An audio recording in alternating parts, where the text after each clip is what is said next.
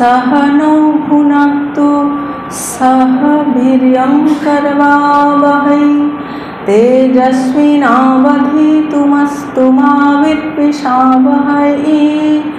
ओम शांति शांति शांति। ओम असतो मा सद्गमय तमसो मा ज्योतिर्गमय मृत्योर्माय अमृतंगमय आविराविर्मयेधि। ओम शांति शांति शांति। सदाशिवसमारम्भां शंकराचार्यमध्यमाम् अस्मदाचार्यपर्यन्तां वन्दे गुरुपरम्परां वन्दे गुरुपरम्पराम्। আপনাদের সকলের অন্তরস্থ পরমাত্মাকে অত্যন্ত ভক্তিপূর্বক অভেদভাবে নমস্কার নমস্কার নমস্কার।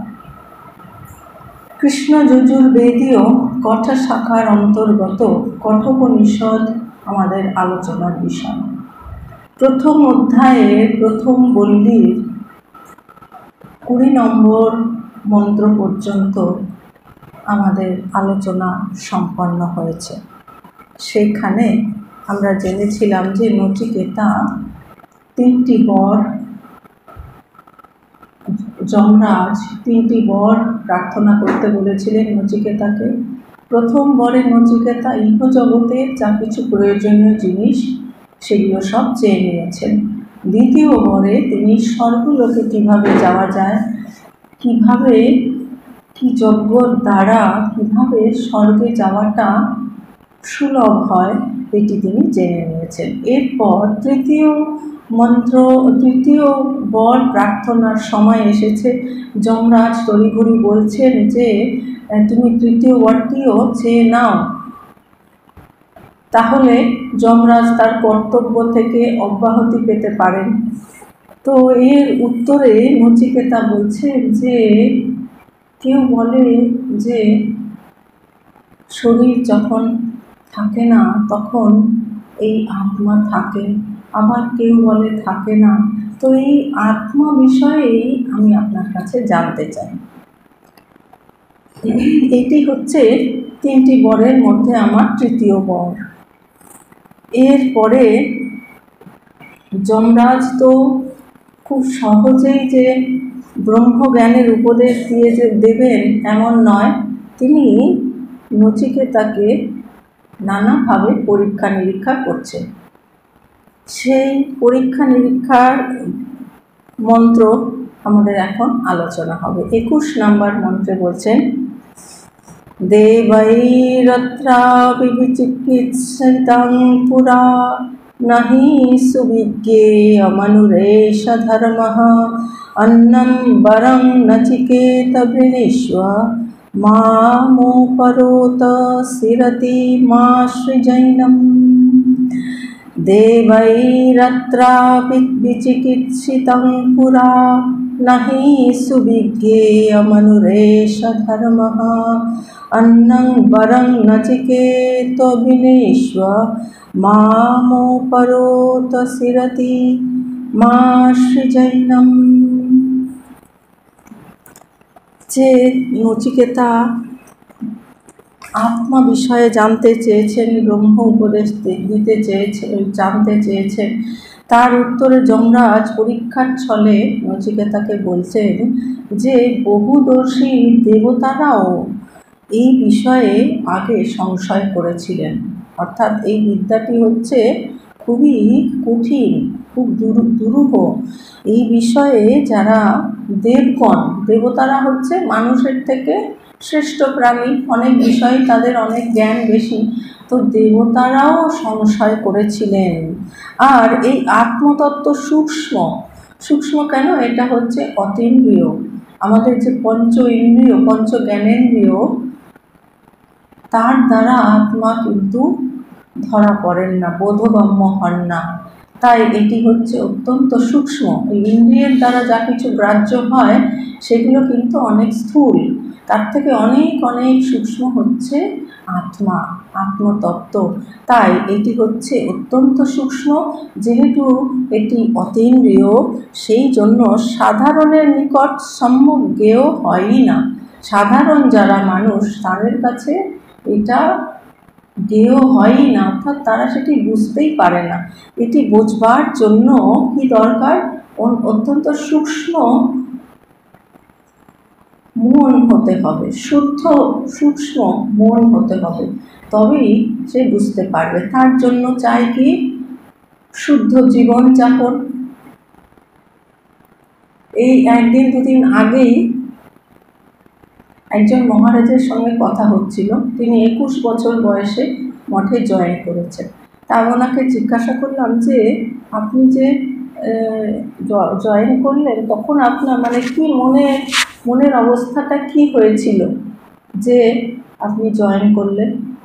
তা উত্তরে উনি বললেন যে ভগবান লাভ হবে কিনা সেই বিষয়ে আমার কোনো চিন্তা ছিল না, শুধু এইটাই মনে হয়েছিল যে সাধু হয়ে একটা শুদ্ধ জীবন যাপন করে ঈশ্বরের চিন্তা করতে করতে একটা সুন্দর জীবন যাপন করব। চিন্তা করুন, 21 বছর বয়সে তার কি চিন্তাধারা! তা আমি জিজ্ঞাসা করলাম, আপনি কি পূর্বজন্মে সাধু ছিলেন? তা তো জানি না, কি ছিলাম আমি এসব কিছু জানি না। উল্টে উনি আমাকে জিজ্ঞাসা করছেন যে আপনার কি মনে হয়? আমার মনে হলো যে উনি পূর্বজন্মে সাধু ছিলেন। তা আমি বললাম যে হ্যাঁ, আমার মনে হয় যে পূর্বজন্মে আপনি সাধু ছিলেন। মানে আমার কি করে ভগবান লাভ হবে, এটা হচ্ছে কার্য। সেই কার্য দিকে তার লক্ষ্য ছিল না, তার লক্ষ্য হচ্ছে কারণের দিকে। জীবন যদি ঠিক হয়, জীবন যদি শুদ্ধ হয় আর সেই ঈশ্বর চিন্তা চলতে থাকে, তাহলে ঈশ্বর লাভ তো হাতের মুঠোয়, তাই না? ঈশ্বর লাভের জন্য চিন্তা করতে হবে না। জীবনটা যদি ঠিক হয়, ঈশ্বর লাভ কিন্তু অত কঠিন ব্যাপার নয়। তাই বলছেন যে সাধারণের নিকট এটি সম্যক জ্ঞেয় হয়ই না, কারণ সাধারণ তারা শুদ্ধ জীবন যাপন করেন না। মন অশুদ্ধ থাকলে, চিত্ত যদি অশুদ্ধ থাকে, তাহলে কিন্তু এই আত্মতত্ত্ব বোঝা যায় না। তাই এই আত্মতত্ত্বকে কি বলা হয়? Open secret. এটা ওপেনলি যদি কেউ বলেও দেয় তাও সিক্রেট, তাও বুঝতে পারবে না। যারা শুদ্ধ মনে তারাই বুঝতে পারবে, বাকি অশুদ্ধ মন নিয়ে, কপটতা নিয়ে, ছল নিয়ে বুঝতে পারবে না। অতএব হে নচিকেত, তুমি অন্য বর প্রার্থনা করো। যমরাজ বলছে দেখো, এটা এত কঠিন ব্যাপার, এটা তুমি চেও না, তুমি বরং অন্য বর প্রার্থনা করো। আমাকে তুমি আর পীড়াপিড়ি করো না, আমার নিকট এই আত্মতত্ত্ব প্রার্থনা ছেড়ে দাও। এই মন্ত্রের ভগবান শঙ্করাচার্য যে ভাষ্য রচনা করেছেন, তার যে অনুবাদ সেটিও খুব গুরুত্বপূর্ণ। সেখানে ভগবান বলছেন, এই নচিকেতা মোক্ষের সাধন আত্মবিদ্যার একান্ত উপযুক্ত কিনা এটা পরীক্ষা করবার জন্য যম বলতে লাগলেন। যমরাজ তো তিনি তো আর সাধারণ নন, তিনি তো অসাধারণ। সুতরাং অসাধারণ শিষ্যই তিনি কামনা করেন। এই শিষ্যটি যে অসাধারণ তিনি বুঝেছেন, তবু আরও যাচাই করবার জন্য তিনি বলতে লাগলেন, তিনি পরীক্ষা করবেন। পরীক্ষার ছলে বলতে লাগলেন, দেবগণও এই আত্মতত্ত্ব বিষয়ে পূর্বে সংশয়াবিষ্ট হইয়াছিলেন, দেবতারাও এই বিষয়ে সংশয় প্রাপ্ত হয়েছিলেন, আর বারবার শুনলেও সাধারণ লোকের নিকট এই তত্ত্ব সুবিজ্ঞ নয়, অর্থাৎ সম্যক জ্ঞেয় হয় না। বারবার শুনলেও, একবার যে শুদ্ধ আত্মা, মানে যে শুদ্ধ, যার চিত্ত শুদ্ধ হয়ে গেছে, তার কাছে কিন্তু সে গুরুমুখে একবার শ্রবণ করলেই তার জ্ঞান হয়ে যায়। কিন্তু অশুদ্ধতার জন্য কি হয়, বারবার শুনলেও, অনেকবার শুনলেও সাধারণ লোকে সেটি বুঝতে পারে না, সম্যক জ্ঞেয় হয় না। কেননা যেহেতু এই আত্মাখ্য ধর্ম অর্থাৎ আত্মস্বরূপ সূক্ষ্ম, অতীন্দ্রিয়। অতএব হে নচিকেত, এই যে আত্মতত্ত্ব এটা কিন্তু অত্যন্ত শুদ্ধ চিত্ত যদি হয় তবেই সেটি বোধগম্য হয়, না হলে কিন্তু বোঝা যায় না। অতএব হে নচিকেতা, তুমি কেন সময় নষ্ট করবে এর পেছনে, যার ফল বিষয়ে সন্দেহ নেই, এইরকম বর প্রার্থনা করো। এই আত্মতত্ত্ব শুনে আত্মজ্ঞান লাভ হবে কি হবে না, কি হবে না হবে কোনো ঠিক ঠিকানা নেই, বরং এটার মধ্যে আনসার্টেনটি রয়েছে। এটা এত কঠিন, দেবতারাও বুঝতে পারেনি, এটা অতীন্দ্রিয় জ্ঞান, এটি সাধারণের বোধগম্য নয়, বারবার শুনলেও তারা বুঝতে পারে না। সুতরাং এটার বিষয়ে অনেক সংশয় রয়েছে। সুতরাং এমন বর তুমি চাও যেখানে কোনো সংশয় নেই। সেগুলো কি হতে পারে? অধর্মণের ঋণ গ্রহীতার প্রতি উত্তমর্ণের ঋণ দাতার পীড়াপিড়ির ন্যায় আমাকে তুমি পীড়াপিড়ি করিও না। অর্থাৎ ঋণ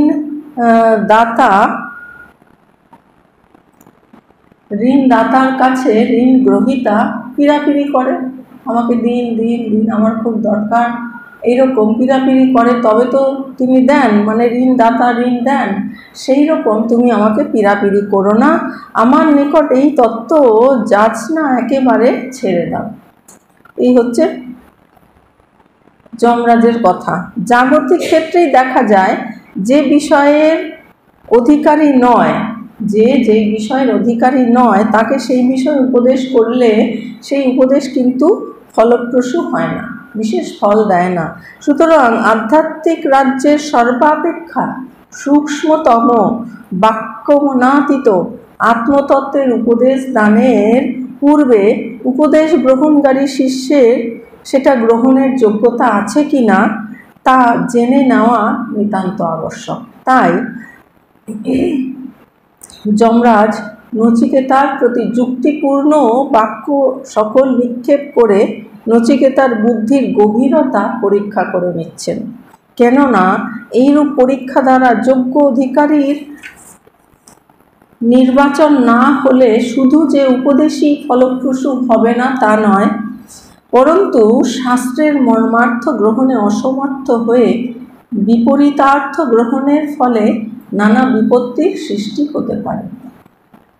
এরকম আমরা দেখি যে ধরুন যাদের কোনো কারণে হয়তো এই দিকে একটু ঝোঁক হয়েছে, হয়তো কোনো আপনজন বিয়োগ হয়েছে, এইদিকে হয়তো একটু ঝোঁক হয়েছে, এসে কিছুদিন দেখবার পরেই তারপরে তাদের মনের ভাবটা চলে যায়, যেটাকে বলা হয় মর্কট বৈরাগ্য, ওই ভাবটা চলে যায়, তখন তারা একেবারে যথেচ্ছাচার আচরণ করে। তো সেই জন্য যে উপযুক্ত যিনি অধিকারী তাকে সেটি বুঝে না নিয়ে কিন্তু জ্ঞানটি দিলে তার বিপরীত ফলও হতে দেখা যায়। আর বিপরীত ফল হলে কি হবে? বিপত্তি হবে। সেই হেতু যমরাজ আত্ম উপদেশ দানের আগে নচিকেতাকে এইভাবে যাচাই করে নিচ্ছেন। এই মন্ত্রের ভূতেশানন্দজি মহারাজের যে ব্যাখ্যা, সেইখানে মহারাজ বলছেন যে দেবৈরত্রাপি বিচিকিৎসাং পুরা, দেবগণেরও এই বিষয়ে সংশয় ছিল, তারাও এই সম্বন্ধে সন্দিহান ছিলেন। আমরা জানি মানুষের চেয়ে দেবতারা অনেক বেশি জ্ঞান সম্পন্ন, কিন্তু সেই দেবতারাও অর্থাৎ যারা মানুষের থেকেও শ্রেষ্ঠ তারাও কিন্তু তাদেরও এই বিষয়ে সংশয় দূর হয়নি। আর বাস্তবে কি এই তত্ত্বটি অতিশয় সূক্ষ্ম, দুর্বিজ্ঞেয়, অনুরেষ ধর্ম এই যে মন্ত্রে রয়েছে, সুবিজ্ঞেয়ম অনুরেষ ধর্ম। কেন এটি অনুরেষ ধর্ম? কেন না, আগেই বলা হয়েছে আমাদের জানা প্রত্যক্ষাদি প্রমাণগুলি এক্ষেত্রে কাজ করে না। আগের মন্ত্রে আমরা জেনেছিলাম যে যে কোনো জিনিস জানবার কয়েকটি উপায় আছে, প্রত্যক্ষ, অনুমান, প্রমাণ, এই সব রয়েছে। প্রত্যক্ষ মানে যেটি সামনাসামনি আমরা দেখছি, অনুমান মানে কিছু একটা, অন্য একটা কিছু দেখে আমরা অনুমান করি, এই রকম। কিন্তু আত্মতত্ত্ব এইভাবে জানা যায় না, এখানে এগুলো কোনো কাজ করে না। কোনো ইন্দ্রিয়ের দ্বারা বিষয়টি জানতে পারছি না, কোনো ইন্দ্রিয়ের দ্বারাও জানা যাবে না। আবার মন বুদ্ধি দিয়ে বিচার করেও এ সম্বন্ধে কোনো সিদ্ধান্তে পৌঁছতে পারছি না। বিষয়টি সহজবোধ্য নয়, নাহি সুবিজ্ঞেয়ম। অতএব হে নচিকেতা, তুমি এই অতি সূক্ষ্ম তত্ত্ব সম্বন্ধে এত আগ্রহশীল না হয়ে অন্যং বরং বিনেশ্য, অন্যং বরং বিনেশ্য অর্থাৎ অন্য বর চাও, তোমার যেটা কাজে লাগবে। এটা নিয়ে কি আত্মতত্ত্ব শুনে কি হবে, তাই না? তার থেকে বরং এমন জিনিস চাও যেটা তোমার কাজে লাগবে। যমরাজের বলার তাৎপর্য হচ্ছে যে বিষয়টি এত সূক্ষ্ম যে দেবতারাও এই সম্বন্ধে যখন সন্দেহ, দেবতাদেরও যখন এই সম্বন্ধে সন্দেহ রয়েছে, তখন তুমি শুনলেও হয়তো বিষয়টি বুঝতে পারবে না। দেবতারাই যখন বুঝতে পারেনি, তাহলে তুমি ছোট বালক, তুমি শুনলেও নাও বুঝতে পারো। সুতরাং তোমার প্রাপ্য তৃতীয় বরটি বৃথা নষ্ট করো না। শুনে তারপর বুঝতে পারলো না, এদিকে বরটিও নষ্ট হলো।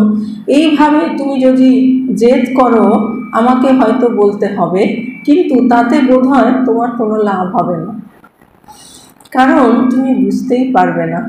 দেবতারাই পারেন, দেবতারাই পারেন না, আর তুমি তো মানুষ, দেবতাদের থেকে অনেক নিচে, তার উপরে আবার তুমি বালক। যমরাজ আরও বলছেন, আমাকে মা উপরোধসি, উপরোধ করো না, অর্থাৎ পীড়াপিড়ি করো না। অতি মা সৃজৈনম, আমার কাছে এই বর প্রার্থনা ত্যাগ করো, অন্য বর চাও। এ কথা কেন বলছেন? কারণ যমরাজ নচিকেতাকে ভালো করে পরীক্ষা না করে আত্মতত্ত্বের উপদেশ দিতে প্রস্তুত নন। ভালো করে যাচিয়ে বাজিয়ে দেখে নিতে হবে আত্মতত্ত্ব শুনবার তিনি প্রকৃত অধিকারী কিনা। অধিকারী বিচার না করে যমরাজ হঠাৎ এত সূক্ষ্ম তত্ত্বের উপদেশ দিতে চান না। কাজেই এত করে বুঝিয়ে বলছেন, এবং আরও বলবেন। আরও কি বলবেন? নচিকেতা কিন্তু সহজে ছাড়বার পাত্র নন, তাই বলছেন, আরও বলছেন। কি বলছেন?